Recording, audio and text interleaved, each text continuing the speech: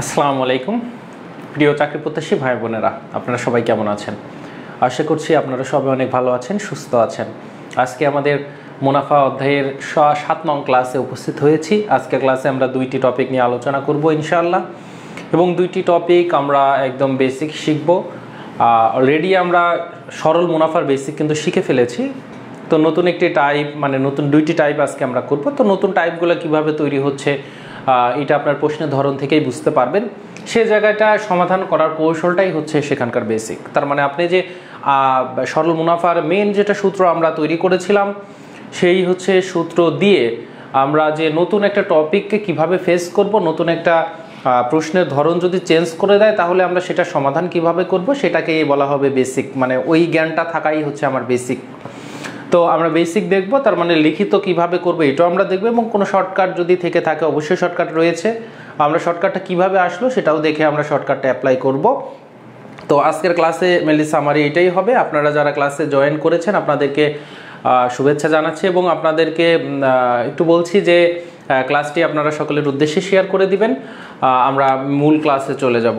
চলুন আমরা আমাদের পড়াশোনাতে চলে যাচ্ছি। অবশ্যই কিন্তু আমি যেটা বলে থাকি যে আপনারা ক্লাস করবেন অবশ্যই খাতা নিয়ে, এবং ম্যাথগুলো কিন্তু আমার সাথে করতে হবে।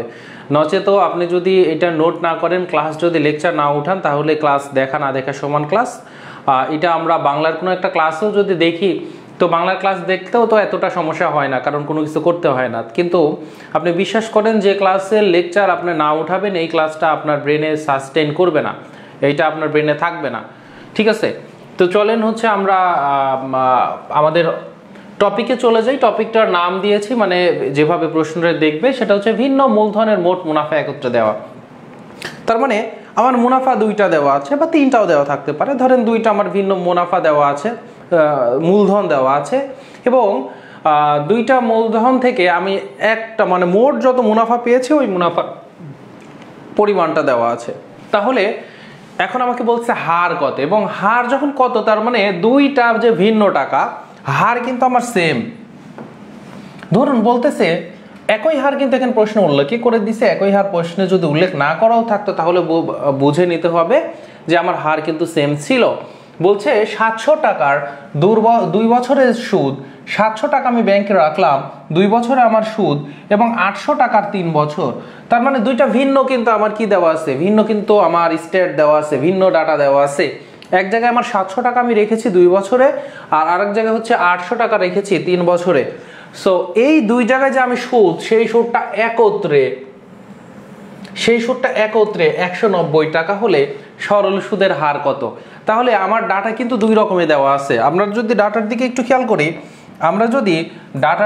খেয়াল করি, তাহলে আমরা বুঝতে পারবো যে আমার এই যে প্রথম যে ডাটাটা দেওয়া আছে 700 টাকা, আমি এটাকে P1 বলি, যে আমার P1 এর ভ্যালু দেওয়া আছে প্রথম মূলধন। আমার হচ্ছে কি প্রথম মূলধন। তাহলে প্রথম মূলধন কত? আমার প্রথম মূলধন হচ্ছে P1 দেওয়া আছে হচ্ছে আমার 700 টাকা। P1 দেওয়া আছে 700 টাকা। আর এই প্রথম মূলধনের আমার সময়টা কত? N1 কিন্তু দেওয়া আছে 2 বছর। তাহলে আমার প্রথম যে আমার কি দুইটাই বলছে একই হার, তো দুইটাই কি একই হার। তাহলে দুই জায়গাতেই আমরা বলতে পারি হারটা হচ্ছে, এই হারটা হচ্ছে আমার আর, হারটা কত? আমার আর। আচ্ছা, ওইটা আমরা পরের দিকে যাচ্ছি। তাহলে আমরা মুনাফা ধরে নেই, যে মুনাফা হচ্ছে কত। ধরি প্রথম ক্ষেত্রে আমার মুনাফা, ধরি আমার হচ্ছে প্রথম ক্ষেত্রে মুনাফা। তাহলে ধরি প্রথম ক্ষেত্রে মুনাফা কত হবে? আমি I1 ধরে নিলাম। দেখেন একটু খেয়াল করেন, আর কি দেওয়া আছে, এটা দেওয়া আছে, দেখবো আমরা লিখবো দেওয়া আছে। আচ্ছা, আর এরপরে কি দেওয়া আছে? আরো P2 দেওয়া আছে। P2 দেওয়া আছে হচ্ছে 800 টাকা। P2 দেওয়া আছে আমার, দেখেন 800 টাকা। এই যে P2 800টা দেওয়া আছে, তার সময় হচ্ছে আমার N2 কত? 3 বছর। তাহলে এক্ষেত্রে দ্বিতীয় ক্ষেত্রে মুনাফা ধরে নিচ্ছি। দ্বিতীয় ক্ষেত্রে মুনাফা হচ্ছে আমার কত? I2 আমি ধরে নিলাম। কত ধরে নিলাম? দ্বিতীয় ক্ষেত্রে মুনাফা হচ্ছে I2। আর বলা আছে একই হার, আমি আরেকটা ধরে নেই। আমি এখানে লিখতে পারি, একবারই ধরি, এটা আমি উপরের দিকে ডাটাটা লিখে ধরি, একবারই লিখি প্রথম ক্ষেত্রে মুনাফা। মানে জিনিসটা এরকম, আমি আপনাদেরকে একটু দেখিয়ে দিচ্ছি। যে ধরেন এটা লেখা আছে এই P2 আর হচ্ছে N2টা উপরেই আমি লিখি, যে P2 হচ্ছে আমার কত? 800 টাকা। n2 হচ্ছে আমার 3 বছর। আর এই ধরিটা একবারে আমি লিখব যে ধরি প্রথম ক্ষেত্রে মুনাফা, আমি ধরবো I1, দ্বিতীয় ক্ষেত্রে মুনাফা I2, আর হচ্ছে সুদের হার, একই হার সরল সুদের হার R%। একটু খেয়াল করেন সুদের হার কত? R%। তাহলে এইটা আমি কিন্তু ধরে নিলাম, যেহেতু আমার মুনাফার পরিমাণ আলাদা করে দেওয়া নাই, কিন্তু দুই জায়গায় মোট মুনাফা কিন্তু দেওয়া আছে 160 টাকা। এখন আপনার এখানে কি হবে? আপনার এখানে হবে প্রশ্ন মতে I1 প্লাস I2 ইকুয়াল কত বলেন তো? 190 টাকা। নাকি আমি এটা মিথ্যা লিখলাম? নাকি বুঝতে পারছেন না আপনারা? দেখেন, আপনি যদি বুঝতে না পারেন তাহলে প্রশ্নটা মনোযোগ দিয়ে আপনি পড়েননি। বলেছে হচ্ছে একই হার সরল সুদে 700 টাকার 2 বছরের সুদ ও 800 টাকার 3 বছরের সুদ এক হচ্ছে 190 টাকা। তাহলে এই যে আমি প্রথম যে ডাটাটা আছে, এই প্রথম ডাটার জন্য কিন্তু প্রথম ক্ষেত্রে মুনাফা আমি ধরে নিচ্ছি I1, দ্বিতীয় যে ডাটাটা আছে তার জন্য আমি মুনাফা ধরে নিচ্ছি I2। তাহলে দুইটার যোগফল হবে আমার 90 টাকা।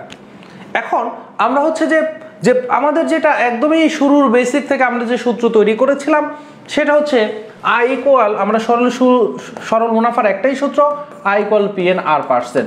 তাহলে I1 ইকুয়াল আমার কত হবে?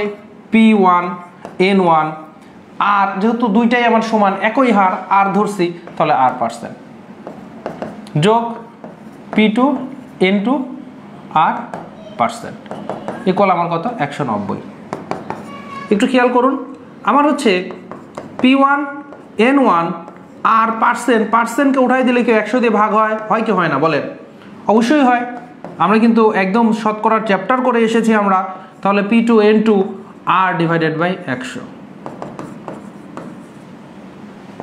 তাহলে আর এক লাইন একটু লসাগু করে দেখেন, 100 যদি আমার লসাগু হচ্ছে তাহলে P1 N1 R1 plus P2 N2 R2। কেন? দুইটার নিচেই 100 আছে, 100 হচ্ছে লসাগু। তাহলে 100 যেহেতু লসাগু 100ই আছে, তাহলে P1 N1 R আর P2 N2 R2 কেন হবে? P2 N2 হচ্ছে আমার R। ওকে, ইকুয়াল তাহলে কত হচ্ছে? 190। আচ্ছা, এখান থেকে আমার কি হবে দেখেন তো, এই 100টা ওই পাশে যে কিন্তু গুণ হবে, 100টা ওই পাশে যে কি হবে? গুণ হবে।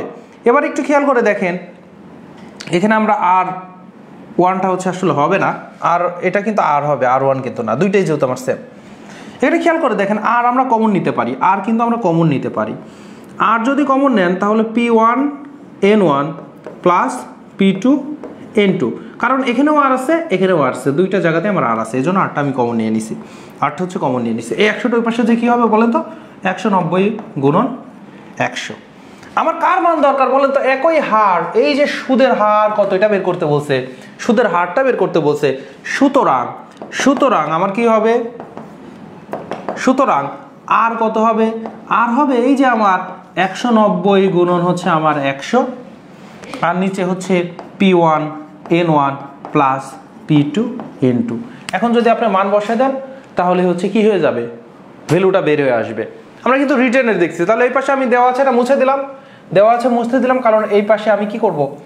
মানটা হচ্ছে আমি এখানে করব। সুতরাং আর হচ্ছে আমার কি দেখেন তো, আর হচ্ছে উপরে যে ভ্যালুটা 190, আর নিচে হচ্ছে P1 N1, তাহলে P1 হচ্ছে আমার 700, N1 হচ্ছে আমাদের এই 2 বছর, যোগ P2 হচ্ছে কত আমার 800, N2 হচ্ছে আমার কত 3, গুণন হচ্ছে 100, এই যে 100টা গুণ।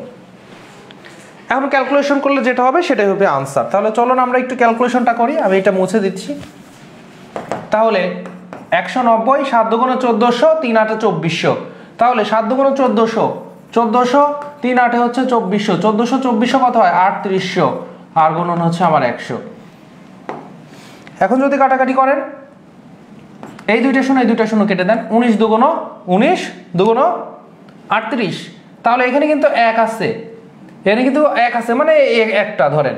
তাহলে এখানে আসলে কত থাকলো? এখানে 10 আছে, 1 আর 0 10 হয়ে গেল। 10কে যদি আপনি কত 2 দিয়ে কাটেন তাহলে 5, তাহলে কত হবে? তাহলে আপনার হচ্ছে 5 হবে 5। তাহলে এই কিন্তু 5 টাকা আমাদের আর মানে হচ্ছে 5 তাহলে হচ্ছে কি 5%। এটা হচ্ছে লিখিত, একদম লিখিত আপনি এইভাবে করবেন। দেখেন আমরা কি বুঝতে পারলেন আমরা কি নতুন কোনো সূত্র অ্যাপ্লাই করেছি? কোনো সূত্র অ্যাপ্লাই করি নাই। এটাই হচ্ছে আপনি নতুন একটা টাইপ, মানে প্রশ্ন একটু আলাদা করে দিয়েছে, আপনি কৌশলটা আপনি আমার যে জানা জ্ঞান রয়েছে এটা দিয়ে আপনি নতুন করে যে আপনার নতুন একটা ম্যাথটা সলভ করতে পারতেছেন, এই পারার কৌশলটা রপ্ত করাই হচ্ছে আপনার বেসিকটা ক্লিয়ার থাকা। প্রশ্নটা ধরুন বুঝতে পারতেছেন, এটা হচ্ছে আপনার বেসিকটা ক্লিয়ার থাকা। তাহলে আমাদের কিন্তু সেই I = PNR হচ্ছে দিয়েই হচ্ছে ম্যাথটা করতে হইলো। একটা জিনিস খেয়াল করে রাখেন, এই যে এখানে যে আমরা বের করে ফেলছি এটাই হচ্ছে আমার শর্টকাট, এটাই হচ্ছে শর্টকাট। দেখবেন যে বিভিন্ন চাকরির বইতে এটা কিন্তু শর্টকাট দেওয়া আছে, এটাই কিন্তু আসলে সেই শর্টকাট। তারা কি লিখেছে দেখেন তো, একটু খেয়াল করে দেখেন তো। যখন আমার একত্রে মুনাফাগুলো দেওয়া থাকবে তাহলে এইটার উত্তর লিখিত আমার হয়ে গেল, কিন্তু আমি শর্টকাটটা নিয়ে আলোচনা করছি। দেখেন আমার আর কি আছে, আর আছে হচ্ছে উপরে কিন্তু 190, নিচে P1 N1 plus P2 N2 গুণন কিন্তু 100। এজন্য শর্টকাটে দেখবেন যে সূত্র এইটাকেই হচ্ছে শর্টকাট। ওরা কিভাবে দেখিয়েছে বইগুলোতে শুধু লেখা আছে আমার হচ্ছে আর ইকুয়াল এই যে একত্রে যে মুনাফা দেওয়া আছে, একত্রে যে মুনাফা আমার একত্রে যে মুনাফাটা দেওয়া আছে, তার মানে যে 190 এটা কার ভ্যালু বলেন তো? এটা কিন্তু আয়ের ভ্যালু। আমরা কিন্তু এখানে 190 না দিয়ে কিন্তু এটা কিন্তু আমার মেন আয়, এটা কিন্তু মেন আয়, মানে I1 I2 যোগ করে আয় হচ্ছে আমার কি হচ্ছে I = I1 আর I2 যোগ করে। তাহলে এটা কিন্তু একত্রে মুনাফা, যেটা মেন আয়, প্রশ্নে যেটা একত্রে মুনাফা দেওয়া থাকবে, যেমন এখানে ভ্যালু আছে 190। আর নিচে কি দেখেন তো, প্রথম ক্ষেত্রে প্রথম মূলধন গুণন প্রথম মূলধন গুণন প্রথম সময়, ঠিক আছে, যোগ দ্বিতীয় মূলধন গুণন দ্বিতীয় সময়। বুঝতে পারতেছেন কিনা? তাহলে আর ইকুয়াল কি হচ্ছে, মুনাফাটা আমি লিখবো একক যে মুনাফা, একত্রে যে মুনাফাটা দেওয়া আছে মোট মুনাফা, আর নিচে হচ্ছে কি আমার প্রথম যে হচ্ছে আমার কি মূলধন গুণন প্রথম হচ্ছে আমার সময়, তার মানে যোগ দ্বিতীয় মূলধন গুণন দ্বিতীয় সময়। এখন যদি এখানে তিনটা ডাটা দেওয়া থাকতো বলেন তো, যে 700 টাকার 2 বছরের সুদ, 800 টাকার 3 বছরের সুদ এবং 1000 টাকার 5 বছরের সুদ, একত্রে এত টাকা, তখন কি হইতো? উপরে একত্রে মুনাফাই থাকতো, ও এর সাথে কিন্তু 100 গুণ আছে। 100টা কিভাবে গুণ আসলো? এই যে এই নিচের 100টা কিন্তু ওখানে গুণ হয়েছে। তাহলে তিনটা যদি ডাটা দেওয়া থাকতো ভিন্ন ভিন্ন, তখন কি হইতো? উপরে আয় একত্রে মুনাফা ডিভাইডেড বাই প্রথম মূলধন গুণন প্রথম সময় যোগ দ্বিতীয় মূলধন গুণন দ্বিতীয় সময় যোগ তৃতীয় মূলধন গুণন তৃতীয় সময়, চারটা যদি দেওয়া থাকতো যোগ চতুর্থ মূলধন গুণন চতুর্থ সময়। এভাবে আপনাকে ম্যাথটা সলভ করতে হবে, এভাবে আপনাকে কি করতে হবে, ম্যাথের হচ্ছে সলভ করতে হবে। বুঝতে পেরেছেন কিনা একটু জানাতে হবে, বুঝতে পেরেছেন কিনা একটু জানাতে হবে যে আপনারা বুঝতে পারলেন কিনা। তাহলে রিটেনের কিন্তু পুরো প্রসেস আপনি ঐকিক নিয়মেও করতে পারেন, আমি বলবো আপনারা একটা দিয়েই সুন্দর করে করেন। ঐকিক নিয়ম দিয়ে তো আমরা প্রত্যেকটা টপিক কিন্তু দেখিয়েছি, কিন্তু এটার জন্য কিন্তু এইভাবে করেন, খুবই ইজি হবে। আচ্ছা, আপনারা যদি অ্যাপ্লাই করেন তাহলে কি বলছে, চলেন আমরা একটু অ্যাপ্লাই করি। 16তম BCS এই প্রশ্নটা এসেছে, এই প্রশ্নটা এসেছে 16তম BCS এবং প্রাথমিক বিদ্যালয় সহকারী শিক্ষক নিয়োগ 2014-তে। কি বলছে, 500 টাকায় 4 বছরের সুদ, 500 টাকায় 4 বছরের সুদ এবং 600 টাকায় 5 বছরের সুদ একত্রে 500 টাকা হলে সুদের হার কত? আমি কিন্তু আপনাদেরকে বলেছি যে একই হার সুদ, এটা যদি আমার উল্লেখ নাও থাকে কিন্তু একত্রে যদি দেওয়া থাকে তাহলে কিন্তু আপনাকে ধরে নিতে হবে যে সুদের হার হচ্ছে সেম, না হলে কিন্তু আপনার ম্যাথ বের করা যাবে না। ভিন্ন ভিন্ন সুদের হার হলে এই ডাটাগুলো দিয়ে, তাহলে সুদের হার কত? আর হবে আমার যে মোট যে মুনাফা আছে, মোট যে মুনাফা 500 টাকা, নিচে কি হবে, প্রথম যে মূলধন গুণন প্রথম সময় 4 যোগ দ্বিতীয় মূলধন গুণন দ্বিতীয় সময় 5। যদি তৃতীয় মূলধন থাকতো তাহলে তৃতীয় মূলধন গুণন তৃতীয় সময় সেটাও যোগ হইতো, গুণন সবগুলো হওয়ার পরে গুণন 100। এখন ক্যালকুলেশন করলে যেটা হবে সেটাই হচ্ছে আমার আনসার। তাহলে আমরা ক্যালকুলেশন করি, 5 4 5 20 তাহলে 2000 যোগ 5 6 30 তার মানে 3000। তাহলে 2000 আর 3000 যদি আমি যোগ করি তাহলে কত হয়? 5000। একবারে লিখে দিলাম। উপরে হচ্ছে আমার 500 গুণন হচ্ছে আমার 100। তাহলে হচ্ছে এখন ক্যালকুলেশন যদি করি, এই দুইটা শূন্য কেটে দিলাম, এই 50 দিয়ে এই 50 কাটলে তার মানে একটা শূন্য থাকতেছে, তার মানে থাকতেছে হচ্ছে আমার 10। তাহলে আর হচ্ছে 10 হলে আসলে 100 টাকাতে কত? 10%। ক নাম্বার হচ্ছে আনসার। বুঝতে পারলেন কিনা? জি স্যার, ডান। ওকে, সবাই একটু বলবেন যে বুঝতে পারছেন কিনা, বুঝতে পারছেন কিনা বলতে হবে। ম্যাথ কিন্তু একদমই ইজি, ম্যাথ কিন্তু একদমই ইজি। এগুলাই বিসিএস এ আসছে, এগুলাই হচ্ছে আপনার কি এই আপনার যেমন রেলওয়েতে আসতেছে, এগুলাই হচ্ছে আপনার নিবন্ধনে আসতেছে। সো আপনাকে কিন্তু মানে বেসিকটা খুব সুন্দর ক্লিয়ার করতে হবে। নিজেই এই সূত্র মুখস্থ করতে যায়েন না, আমি আপনাকে যেটা বলে থাকি এটা করেন, দুইবার এপ্লাই আপনি বুঝে বুঝে ও আছে এভাবে সূত্র আসছে আপনার মাথায় থাকবে। ইনকেস যদি কোনো সময় সূত্র ভুলে যান, আপনি পট করে 30 সেকেন্ডের মধ্যেই সূত্রটা বের করে নিতে পারবেন। এবার আসেন 400 টাকায়, 400 টাকা। এবার প্রশ্নটা একটু দেখেন, প্রশ্নটা একটু দেখেন। রেলওয়ে উপসহকারী প্রকৌশল সিভিল, যদিও প্রকৌশলীদের জন্য এটা প্রশ্ন, এজন্য প্রকৌশলীদের জন্য একটু প্রশ্নটা কঠিনই কিন্তু হবে। এখানে দেখবেন 400 টাকায় আপনার 8 মাস দেওয়া আছে, বছর। সময়টা কিন্তু সব সময় I = PNR% বা I = PNR, আমাদের এনটা কিন্তু বছরে, এনটা কিন্তু বছরে। তো আমার এখানে 8 মাস দেওয়া আছে, তাহলে এখানে কিন্তু বছরে নিয়ে যেতে হবে। আর মাসকে বছরে নিয়ে যাওয়া কি কঠিন কিছু? মাসকে বছরে নিয়ে যাওয়া কি কঠিন কিছু? তাহলে 8 মাসকে যখন আপনি বছরে নিয়ে যাবেন, তাহলে এই মাসকে 12 দিয়ে ভাগ করতে হবে, তাহলেই কিন্তু বছর হয়ে যাচ্ছে। যেহেতু 12 মাসে যেহেতু 1 বছর, 12 দিয়ে ভাগ করলেই কিন্তু আমার কাজ শেষ। তাহলে এই প্রশ্নের জন্য আসলে বছরে তৈরি করতে হবে, এইটাই আলাদা কমপ্লেক্সিটি, তাছাড়া কিন্তু কোনো কমপ্লেক্সিটি নাই। আর যেহেতু আমরা কি করব একটু প্রশ্নটা পড়ে নিই। 400 টাকায় 8 মাসের সুদ, 800 টাকায় 4 মাসের সুদ, একত্রে 24 টাকা হলে শতকরা বার্ষিক সুদের হার কত? তাহলে আর ইকুয়াল কত হবে বলেন তো?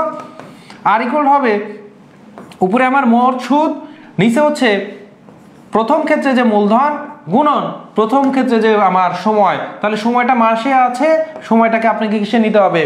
বছরে নিতে হবে। তাহলে 12 দিয়ে ভাগ করে নিলাম, যোগ দ্বিতীয় ক্ষেত্রে আমার যে মূলধন গুণন দ্বিতীয় ক্ষেত্রে সময়, সময়টা মাসে আছে, আমি বছরে নিয়ে নিলাম, গুণন হচ্ছে 100। ঠিক আছে, গুণন হচ্ছে 100। তাহলে এবার দেখেন একটু ক্যালকুলেশন যদি আমরা করি, একটু ক্যালকুলেশন যদি করি, 8 4 দিয়ে 8 কে কাটলে 4 দুগুণে 8, আর 4 দিয়ে 12 কে কাটলে 3 4 12, 3 4 12। এখানে যদি 4 দিয়ে 12 কে কাটি তাহলে 3 4 12। তাহলে আমরা একটু খেয়াল করি, আমরা পরের লাইনে আমরা কি লিখতে পারি? উপরে 24 আর এখানে 2 আছে, 400 গুণন 2 800, 800 ডিভাইডেড বাই 3 যোগ 800, উপরে তো আর কিছু নাই 800, নিচে 3, দুই জায়গাতেই সেম জিনিস হয়ে গেল 800 ডিভাইডেড বাই 3। এখন আমি যদি নিচে একটা লসাগু করি, 3, দুইটারই নিচে 3 আছে, 3 লসাগু, তাহলে 800 যোগ 800, তাহলে 800 যোগ 800 আর উপরে 24, গুণন হচ্ছে আমার 100। এবার যদি পরের লাইনে যাই, পরের লাইনে যাই, তাহলে 24 আমার এই নিচে আছে, তাহলে এই 3কে আমি যদি এটাকে উপরে নিয়ে আসতে চাই ভগ্নাংশ টাকায়, তাহলে এই যে নিচের যে 3 আছে 3টা উপরে চলে আসবে। তাহলে 3 গুণন আর এখানে 800, 800 হচ্ছে আমার কত? 1600 ডিভাইডেড বাই 1600, গুণন হচ্ছে আমার 100। এখন একটু কাটাকাটি করি, তাহলে করলে আমার আনসারটা বের হয়ে যাবে। দেখেন তো এই 100 দুইটা শূন্য, এখান থেকে দুইটা শূন্য কেটে দিলাম। এবার 8 দিয়ে কাটলে 3 8 24, 8 দুগুণে 16, তাহলে উপরে 3 3 9 আর নিচে হচ্ছে আমার 2। 9কে যদি 2 দিয়ে ভাগ করি, আমরা জানি 4 দুগুণে 8, আমরা জানি 4 দুগুণে 8, 1 অবশিষ্ট থাকে, তাহলে 1/2। তাহলে 4 পূর্ণ 1/2, এটা হচ্ছে আমার আনসার। তাহলে কোনটা আনসার হচ্ছে? ঘ নাম্বারটা হচ্ছে আমার আনসার। ঘ নাম্বারটা আমার কি হচ্ছে? ঘ নাম্বারটা হচ্ছে আনসার। আশা করছি বুঝতে পেরেছেন। জানাতে হবে কিন্তু যে যদি কোনো জায়গায় যদি ঘাটতি থাকে তাহলে কিন্তু জানাতে হবে, কোনো জায়গায় ঘাটতি থাকলে কিন্তু অবশ্যই জানাতে হবে। এবারে আসেন, আমরা কিন্তু প্রথম টাইপটি শেষ করলাম। আজকের যে আমরা দুইটি টাইপ হচ্ছে দেখব, প্রথমটা আমরা টাইপ শেষ করলাম, এখন আমরা দ্বিতীয় টাইপে হচ্ছে যাচ্ছি, যে মুনাফার হার হ্রাস বৃদ্ধি। মুনাফার হার হ্রাস বৃদ্ধি। তাহলে সুদের হার, সুদের হার হচ্ছে 6% থেকে কমে 4% হওয়ায়, সুদের হার 6% থেকে কমে 4% হওয়ায় এক ব্যক্তির বাৎসরিক আয়, এক ব্যক্তির বাৎসরিক আয় 20 টাকা কমে গেল। তার মানে ধরেন সে হচ্ছে ব্যাংকে রেখেই তার ইনকাম, মানে বসে বসে খায় ব্যাংকে, ঠিক আছে, ব্যাংকে রেখে বসে বসে খায়। টাকাটা হালাল আর হারাম আপনারা সবাই জানেন যে ব্যাংকের টাকার আসলে এই ইন্টারেস্ট নেওয়াটা হারাম নাকি হালাল, তো সেদিকে যাচ্ছি না। আমরা সুদের হার হচ্ছে 6% থেকে 6% থেকে সুদের হার হচ্ছে 6% থেকে কমে 4% হওয়ায় এক ব্যক্তির, তার মানে তার সুদের যে পার্সেন্টেজ কয় টাকা কমে গেছে, কয় পার্সেন্ট কমে গেছে? 4% মাইনাস 6% মাইনাস 4%, 2% কমে যাওয়াতে কমে যাওয়াতে টাকা কত কমছে, কমে যাওয়াতে আয় 20 টাকা কমছে, আয় 20 টাকা কমে। এবার বলেন তো 2% যেহেতু 20 টাকা কমে, তার মানে আসলে 2% ইকুয়ালি হচ্ছে 20 টাকা। এটা বুঝতেছেন কি বুঝতেছেন না? 6% থেকে 4%, 6% থেকে 4%, তাহলে 2% কমে যাওয়া মানে কি? সে মুনাফা আসলে আগে 6% পেত, এখন তাকে 4% দিচ্ছে। 2% তাকে মুনাফা কমায় দিছে। 2% মুনাফা যেহেতু কমায় দিছে, এই কমাই দিলে 2% ইকুয়াল যেহেতু 20 টাকা, মানে 20 টাকা কমে যাচ্ছে, তাহলে অবশ্যই 2% ইকুয়াল 20 টাকা। এবার একটু খেয়াল করেন, এবার একটু খেয়াল করেন, আমাদেরকে বলে 8% মুনাফা। 8% মুনাফা মানে আমার 8% মুনাফা মানে 100% আসল হলে, 100% আসল হলে আমাকে মুনাফা দেয় কত? মুনাফা দেয় হচ্ছে 1%। 100% যদি আসল হয়, মুনাফা দেয় হচ্ছে আমার 8%। একটু বুঝেন, 8% মুনাফা মানে 100% আসল যদি হয়, তাহলে মুনাফা দেয় হচ্ছে 8%। আপনি যদি বলেন যে না আমি পার্সেন্ট বাদ দিয়ে, তাহলে 100 টাকা যদি আসল হয়, 100 আসল হলে মুনাফা দেয় হচ্ছে 8 টাকা, মুনাফা দেয় 8 টাকা। তাহলে একটু বিষয়টা বুঝেন যে আমার যে 8% মুনাফা মানে আসল কিন্তু তখন 100% থাকে।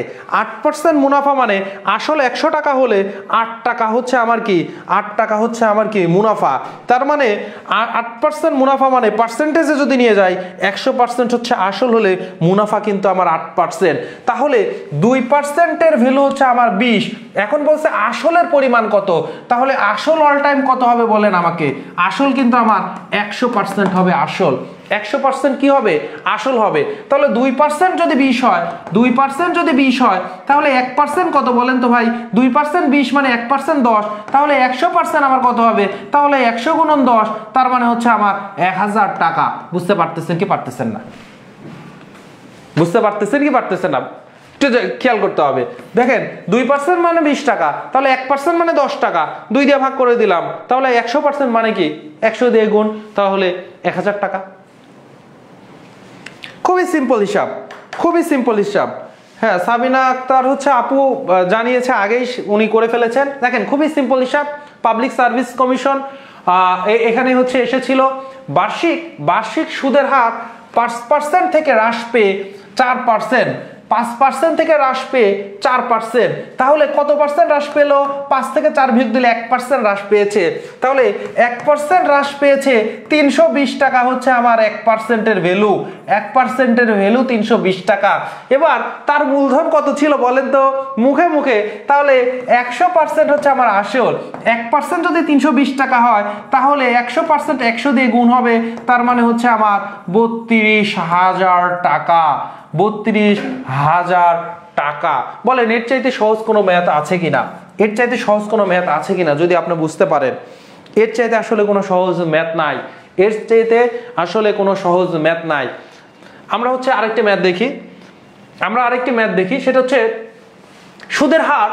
সুদের হার এবার 6 টাকা, পার্সেন্ট বলে নাই, কিন্তু সুদের হার যখন 6 টাকা বলছে, তার মানে কিন্তু 100 টাকাতে সুদ আপনাকে 6 টাকা দিবে। হার কথাটা যেহেতু বলছে, তার মানে 100 টাকাতে পার 100তে কত দিবে, পার 100তে আপনাকে কত টাকা দিবে। তার মানে সুদের হার 6 টাকা মানে 6% থেকে কমে 3 টাকা, 3% হওয়ায়, তার মানে সুদের হার 6 টাকা থেকে কমে 3 টাকা, মানে 100 টাকাতে 6 টাকা আগে সুদ দিত, এখন 100 টাকাতে দিচ্ছে 3 টাকা। তাহলে কত পার্সেন্ট কমাই দিল বলেন তো ভাইয়েরা? 6% থেকে 3% বিয়োগ দিলে 6 মাইনাস 3%, তার মানে 3% কিন্তু কমাই দিছে। 3% কি করে দিছে? কমাই দিছে। 3% কমাই দিলে এক ব্যক্তির বার্ষিক আয় 15 টাকা কমে গেছে।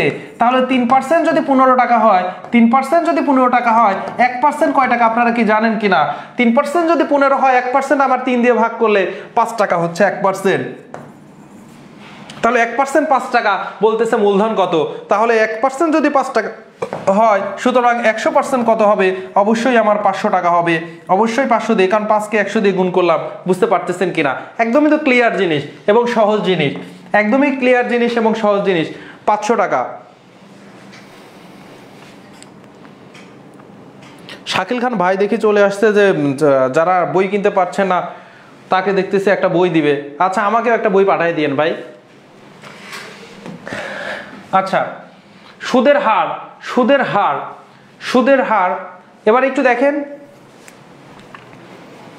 এবার একটু দেখেন সুদের হার 7% থেকে কমে 5% হলে, সুদের হার 7% থেকে কমে 5% হলে এক ব্যক্তির আয় 5 বছরে 70 টাকা। এবার খেয়াল করেন, এতক্ষণে এই জিনিসগুলোতে আমার এক ব্যক্তির বার্ষিক মানে এক বছরে কমে যাচ্ছিল, এই জন্য দেখেন আমরা সুন্দর মতো 100%-এ বের করে নিচ্ছি। এক বছরের হিসাব ছিল প্রত্যেকটা ম্যাথে আমার, যে এই যে টাইপে এক বছরে সুদের বার্ষিক সুদের হার কমে যাওয়ায় সুদ এত টাকা কমে গেছে, তার মানে বছরে।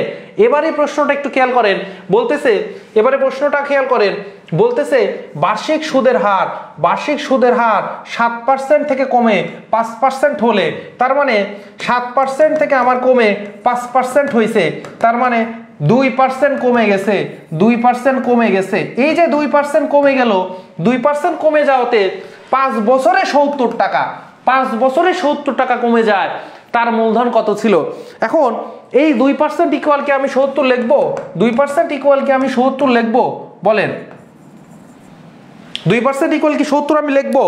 আমার উত্তর হচ্ছে না, কারণ 2% তো ভাই এক বছরে, তাহলে প্রথম বছরে 2%, দ্বিতীয় বছরে 2%, তৃতীয় বছরে 2%, এই যে 2% মুনাফা আমাকে দেয়, এক বছরে দেয় কি দেয় না? এক বছরে দেয়।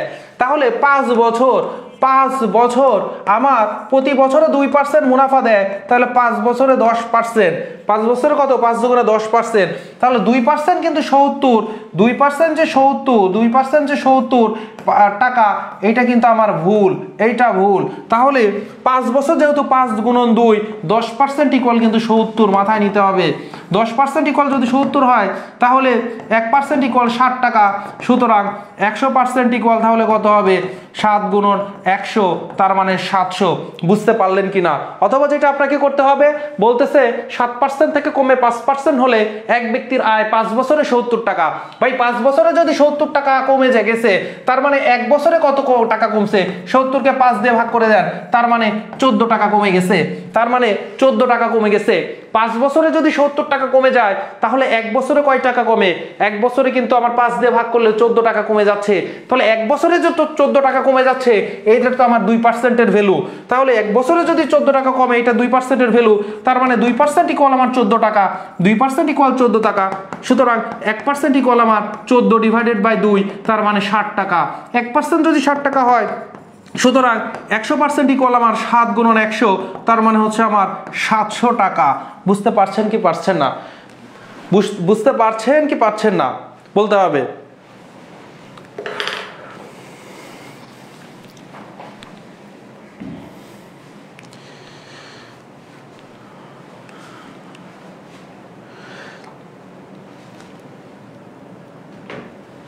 ম্যাথ কিন্তু ইজি, কঠিন না। আমাকে একটু বলতে হবে আপনারা বুঝতে পারছেন কিনা। এবং ক্লাস কিন্তু আপনাদেরকে, এই যে আমরা কি করছি, রাতে ক্লাস নিচ্ছি, ফ্রিতে ক্লাস নিচ্ছি, ধারাবাহিকভাবে ক্লাস নিচ্ছি। আপনারা যদি মানে নিজেরা প্রচার না করেন, তাহলে মানুষ জানবে কি করে? ঠিক আছে। আর আপনাদের চাকরি প্রত্যাশী ভাইদের আসতে হবে, যারা আসলে একটা দীর্ঘমেয়াদী প্ল্যান করছেন যে আমার ম্যাথের বেসিক ফাউন্ডেশনটা আমি খুব স্ট্রং করব, ভিত্তিটা আমি খুব স্ট্রং করব, তাদের কিন্তু বেসিক ম্যাথ শিখতে হবে একদম ভালোভাবে। আমরা যেভাবে করাচ্ছি, আপনাকে হচ্ছে 10টি ক্লাসে না করায় একটা ক্লাসে কিন্তু এই মুনাফার চ্যাপ্টার শেষ করে দেওয়া যায়, একটা ক্লাসে শতকরা চ্যাপ্টার শেষ করে দেওয়া যায়, একটা ক্লাসে আপনার হচ্ছে এই সংখ্যার চ্যাপ্টার শেষ করে দেওয়া যায়, লাভ ক্ষতি একটা ক্লাসে শেষ করে দেওয়া যায়। তো ফ্রিতে নিচ্ছি, এতগুলা ক্লাস নেওয়ার কি দরকার? একটা ক্লাস নিয়ে শেষ করে দিলেই তো হইতো। আর শুধু শর্টকাট দেখাইতাম, আপনারাও ভাবতেন যে পরে বাপরে সেই পড়াচ্ছে, মানে তো এতে করে আপনাদের তেমন কোনো লাভ হইতো না। আপনারা ক্লাস করার সময় শুধুমাত্র কি হইতো, শুধুমাত্র ভেতরে একটা হচ্ছে ভাব আসতো, গরম গরম ভাব, ঠিক আছে, সাময়িক একটা উত্তেজনা লাগতো যে ম্যাথটা একদম ইজি, কিন্তু আপনি বাসায় করতে গেলে মাথায় ঢুকতো না। এবং হচ্ছে আপনি হচ্ছে পরীক্ষা হলে যেহেতু ওরকমই হবে, বাসায় মাথায় ঢুকবে না, পরীক্ষা হলে আর কি পারবেন। তো এই জন্যই কিন্তু আপনাদেরকে মানে অল্প অল্প করে টাইপ ধরে ধরে বেসিক থেকে শেখাচ্ছি। আপনাদেরকে সাড়া দিতে হবে। আমি যদি এক ধাপ দিই, আপনাদের হচ্ছে 2 ধাপ দেওয়া। আর আপনারা যদি সাড়া না দেন, তাহলে করে কি হবে বলেন তো? ঠিক আছে, তাহলে অবশ্যই যারা ক্লাসটি করলেন শেয়ার করে দিয়েন। ক্লাস এখানে শেষ করছি। আপনাদের সাথে দেখা হবে আগামী ক্লাসে, 8 নং ক্লাসে। সে পর্যন্ত ভালো থাকুন, সুস্থ থাকুন, গণিতের সঙ্গেই থাকুন। আসসালামু আলাইকুম ওয়া রাহমাতুল্লাহ।